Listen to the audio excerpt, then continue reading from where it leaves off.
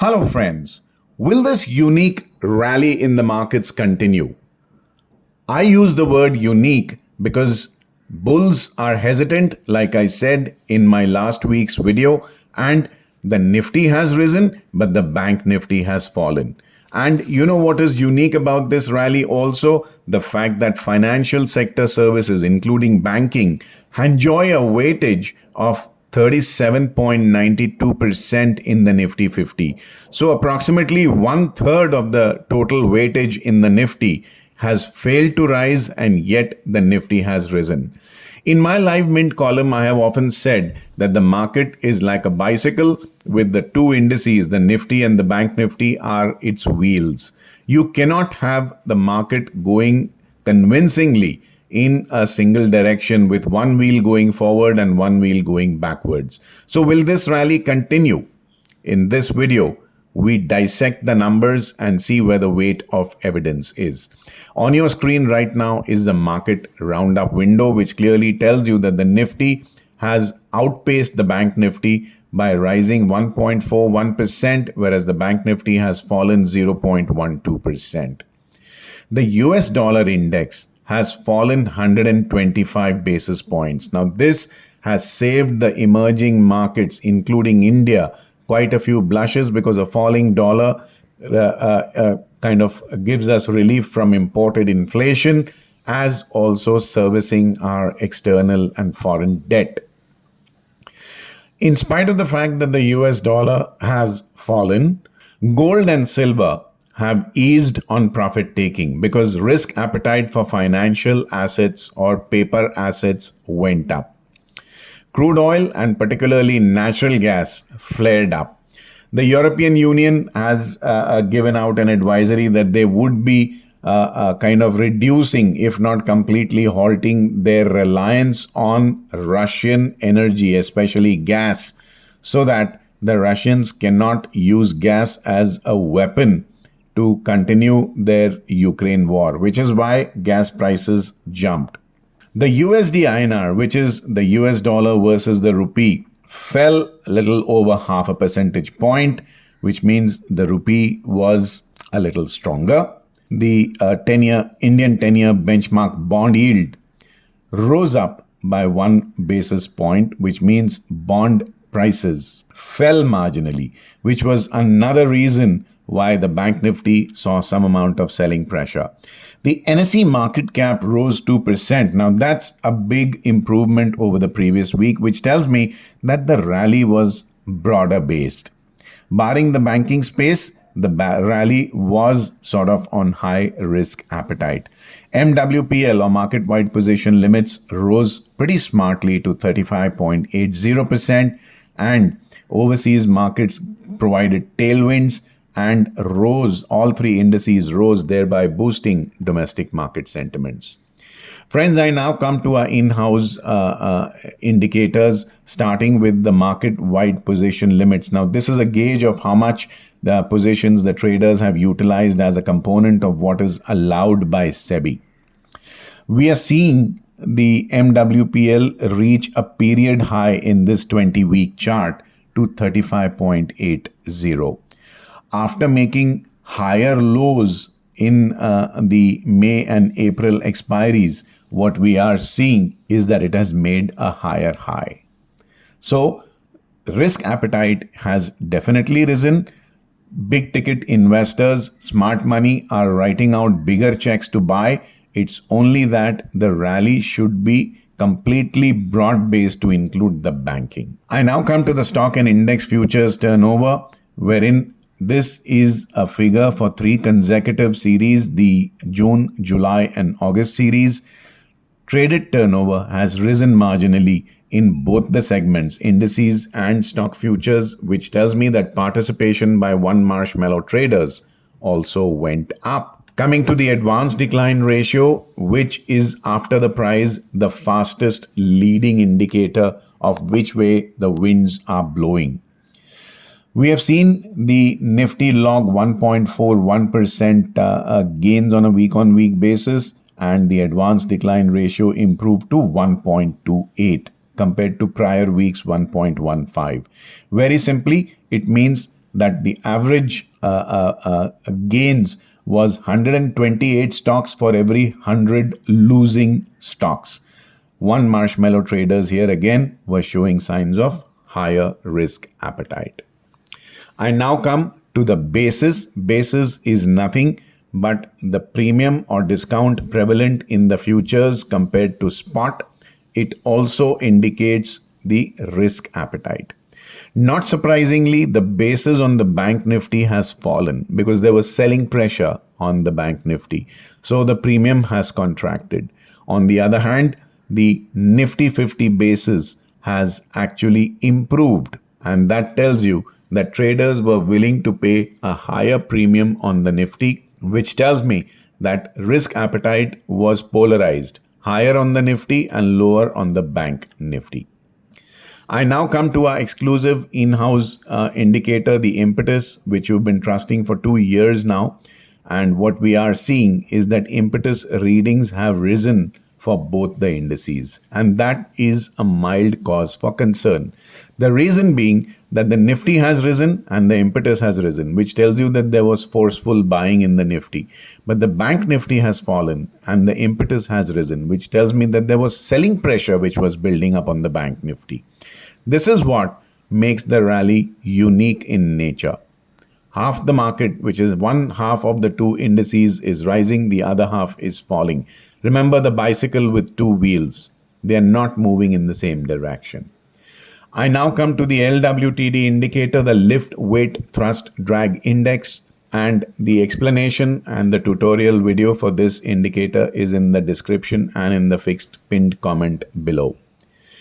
Now, the Nifty has logged gains, but the LWTD indicator has sunk back below zero. It is now at minus 0.03, very mildly below zero, but it is definitely down after staying above the zero line for a fortnight. What does it tell me? It tells me that fresh buying support at higher levels. I'm not talking of declines, I'm talking of higher levels. May be relatively milder. So bulls might be a little more hesitant for yet another week. This hesitation is something I have been expressing my concerns about since the last few weeks. Friends, the in-house indicators done, I now come to the bond markets, which we have been leading the broader markets by covering bonds before the equity indices since years.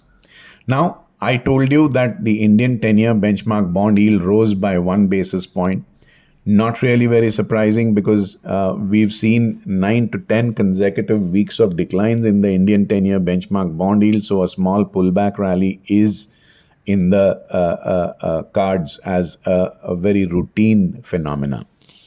But do note, and I've been telling I've been conveying this to my online family via a free Telegram channel, which is where we put up most amount of our thoughts, our output, and our research reports for free, that I don't think the global interest rates have peaked yet. There will be sporadic rallies here and there in terms of hikes by some central banker or the other. Now note how the US Federal Reserve chose to maintain the interest rates, but the European Central Bank has actually raised the coupon rate. And this might lead to cash carry trade considerations, which means it might force other localized national central banks to raise interest rates or maybe not cut interest rates in a hurry. I'm not laddering sovereign investments anymore since the last couple of weeks, and I don't think at 7.03 or 7.04% it makes sense to ladder at this juncture. Of course, I'll be updating my views in our Telegram channel. Friends, bond markets done. I now come to the Bank Nifty, which, as I told you, fell 0.12%. The daily chart on your screen shows it fell on 3 out of 5 trading sessions. The price has basically fallen briefly below a month-long moving average, and that tells you that there is nervousness in the Bank Nifty. Also note how the swing high made in December 2022 at 44,152 levels is not really being overcome forcefully. Since the last couple of weeks, the Bank Nifty is going there, sliding down, attempting to pick itself higher, but failing back again. That tells me that the 44,152 level is becoming more or less a near-term overhead supply. Overhead supply comes when trapped bulls who purchased at previous peaks are attempting to get out at break-even points. Turning now to the weekly chart, what you are seeing is yet another hammer formation on the chart. The prior week saw an inverted hammer, and I told you last week that the inverted hammer means the bulls attempting to pull the markets higher, failed, and the price kind of sank back and settled lower towards the lower end of the weekly range. Here in the last week, the prices sank lower but pulled higher because of short covering come fresh buying. But the fact remains that we are seeing two hammers in a row at a previous swing high levels. Does it mean that it is outright bearish? No, I'm not saying that. You take out 44,152 levels convincingly and stay above this sustainably, I think the bulls can retain and regain control on the Bank Nifty as well. But till the time it doesn't happen, we are still in a very range-bound kind of an outlook. The price remains above the 25-week exponential moving average, which is a proxy for 6-month long holding on cost, which means that the medium-term outlook remains optimistic for now. In the week before last, this index was at number 7 on our most volatile counters list based on statistical beta, the list that we maintain in-house. The ranking remained unchanged at number 7 last week as well. Last week, I advocated an estimated range between 44,175 on the upside and 42,800 on the downside. The high the Bank Nifty made was 44,212, which means my resistance area was exceeded by 37 points. For an instrument that trades 44,000 rupees and higher, 37 points is a small leeway that we provided. The coming week is likely to see an estimated range between 45,100 on the upside and 42,775 on the downside. I think my friends need to trade the Bank Nifty carefully. This might just get more volatile in the coming days. Friends, I now come to the Nifty 50, whose daily chart on your screen shows that it rose on 4 out of 5 trading sessions. The chart is relatively far stronger than the Bank Nifty's chart, which is basically sloping sideways and then marginally downwards. Look at how the price is above its month-long moving average, which itself is rising. And the price is now on the verge of a breakout above an all-time high at 18,887 in the spot segment. Also note that on my Telegram channel, I have been warning you about interest rate sensitives, which is particularly banking and NBFCs, since almost 3 quarters now. And this is why the Nifty 50 is making or attempting to make new highs, whereas the Bank Nifty is appearing weak. We aim to stay ahead of the crowds, even if it appears that we are wrong initially. What matters is who actually has the last laugh. The last mile resistance on the Nifty 50 remains at 18,887. Should the bulls pull the Nifty higher than this level and make it stay above it, there is a good chance that the rally may persist. Coming to the weekly chart on your screen, the candle is a very convincingly large-bodied bullish candle compared to an inverted hammer that we saw last week. The inverted hammer's top has also been overcome on a closing basis. That tells me that the Nifty is in a far better place than the Bank Nifty. The price is convincingly above its 25-week exponential moving average, which is a proxy for a 6-month long holding on cost that tells you that the medium-term outlook is also optimistic for now. In the week before last, the Nifty was at number 26 on our most volatile counters list based on statistical beta rankings that we maintain in-house. Last week, it rose one notch to number 25. Not because the Nifty's volatility rose, but also because the individual stock futures counters volatility rose far higher than the Nifty 50. Last week, I advocated a range between 18,950 on the upside and 18,175 on the downside, which held perfectly well.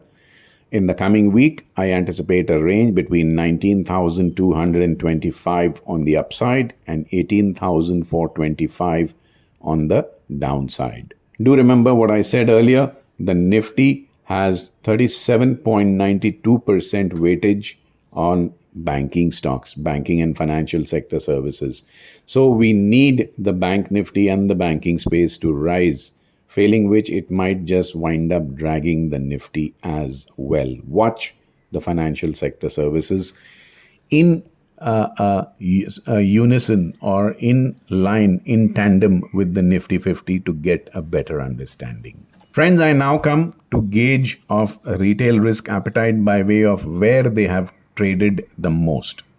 What you are seeing is that index futures turnover has basically risen marginally by 1 basis point, which is indicated by a blue trend line. The stock futures turnover has also risen by 3 basis points from 0.27% to 0.30% last week. Index options turnover fell off a cliff by 32 basis points, which is indicated by the army green line. Now, the index options are the most least volatile and the most cost-effective instrument to trade in terms of span margins, etc.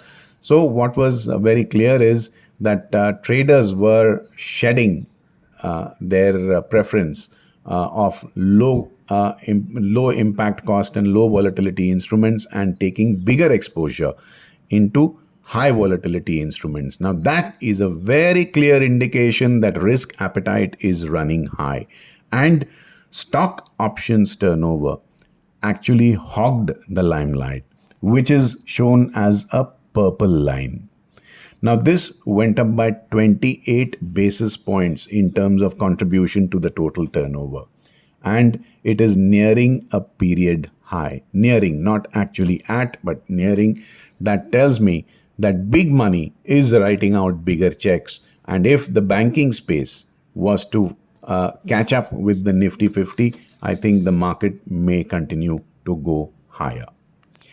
Friends, I now come to what I will do in the coming week. I would watch banking stocks for trade opportunities. I told you last week in the commodities space, I'm expecting a short covering based pullback in metals, and the same may continue this week as well and provide some amount of buoyancy or optimism in metal stocks. The European Union is cutting its dependence on Russian oil and gas imports. So the price and volatility of these commodities might just go higher. Don't forget, we are also approaching the hurricane season in the US.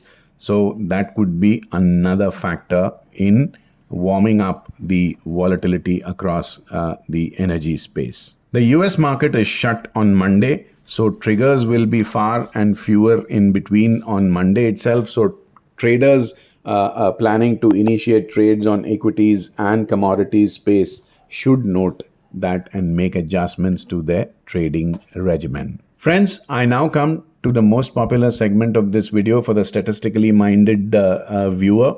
I give you 5 stocks which have gained the highest amount of impetus on Friday, wherein you take small exposure, wait for large price moves, and 5 stocks which has lost the most amount of impetus on Friday, where you take big exposure, wait for small price moves. This is for scalpers. This list is valid only for Monday. Should you wish to be updated with this list for Tuesday through Friday, it is updated for free on our free Telegram channel. Do make the effort of joining us. Now, the impetus gainers list is led by Berger Paints, followed by IDFC First Bank, followed by L&T FH, OFSS, and Zydus Life. The impetus losers list is led by Coal India, Indraprastha Gas, Gujarat Gas, Havells India, and then Axis Bank. Friends, before I sign off from this video, a reminder to subscribe to my YouTube channel if you haven't already done so. Click on the bell icon to receive instant alerts about fresh videos being put up out here. In the comments segment, do let me know how our videos are helping you improve your trading experience. I thank you for your patience and being with me in this video. Till we meet again in my next, this is Vijay Bamwani signing off for now. Have a very profitable week ahead. Bye-bye.